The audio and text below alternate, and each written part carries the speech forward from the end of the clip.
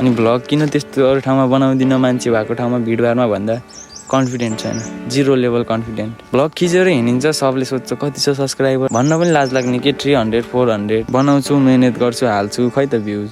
अस्ति video part 1 भनेर हाल्दै थिएँ, खै त्यसमा 50+ भ्युज छ। अनि के गर्ने है, 50+ भ्युजले त हामीलाई त्यत्रो मेहनत गरेको सबै आफ्नो मनै मरिदिन्छ क्या।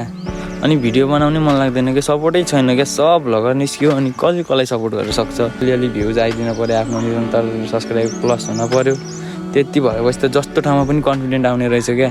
सब्सक्राइबर नभएपछि त भ्लग बनाउनु कन्फिडेन्ट नआउने के, लाज लाग्ने छ। त्यसले के भन्ने होला, यस्तो सब्सक्राइबर छैन, यस्तो दुःख गरी हिँडेर भन्ने हो कि यताउति भन्ने हो कि भने एकदम लाज लाग्ने क्या। म चाहिँ त्यो पोइन्टले अगाडि बढ्न नसक्या हो क्या। अलिअलि सब्सक्राइबर भेटाएको भए, मैले अलिअलि भ्युज भेटाएको भए चाहिँ म अगाडि बढ्थेँ क्या। अब भ्युजै भेटाएन, अब म आफै त्यस्तो कन्टेन्ट दिन नसके होला, त्यो मेरै गल्ती हो है। जस्तो छ त्यस्तै कन्टेन्ट दिएर पनि होला, म केही भन्दिनँ अरूलाई पनि है। अडियन्सहरू त जे राम्रो देख्यो त्यही हेर्ने, मै उस्तै छु। युट्युबमा जे रमाइलो राम्रो देख्यो त्यही हेरिदिन्छु। अब आफ्नो कोसिस बेस्ट गर्छु। मलाई कन्फिडेन्ट पनि एकदम 0 लेभलमा छ, कन्फिडेन्ट बढाउनु छ।